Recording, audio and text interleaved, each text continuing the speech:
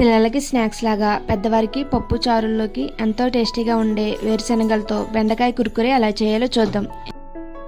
ఇందుకోసం లేత బెండకాయలను తీసుకోవాలి. లేత బెండకాయలు అయితేనే కరకరలాడతాయి.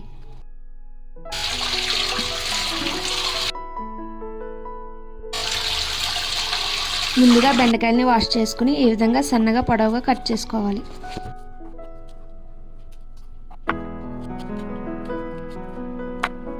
ఇప్పుడు వీటిలో 1 స్పూన్ అల్లం వెల్లుల్లి పేస్ట్, 1/2 టీ స్పూన్ జీలకర్ర పొడి, 1 స్పూన్ ధనియాల పొడి, 1/2 టీ స్పూన్ గరం మసాలా, కొంచెం పసుపు, 1 స్పూన్ కారం, 2 స్పూన్ల రెడ్ చిల్లీ సాస్, రుచికి సరిపడినంత సాల్ట్, 1 స్పూన్ కార్న్ఫ్లోర్, 1 స్పూన్ శనగపిండి, 1 స్పూన్ బియ్యపు పిండి,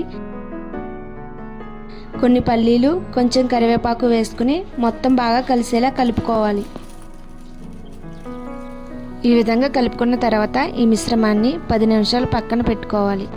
తర్వాత కడాయిలో ఆయిల్ వేసుకుని ఆయిల్ వేడెక్కిన తర్వాత కలిపి పెట్టుకున్న బెండకాయ ముక్కల్ని కొంచెం కొంచెంగా వేసుకుని ఫ్రై చేసుకోవాలి. బెండకాయ ముక్కల్ని రెండో వైపు కూడా తిప్పుకొని వేయించుకోవాలి. ఈ విధంగా లైట్ గోల్డెన్ కలర్ వచ్చే వరకు వేయించుకుని తీసుకోవాలి. అంతే, ఎంతో టేస్టీ కరకరలాడే బెండకాయ కుర్కురే రెడీ.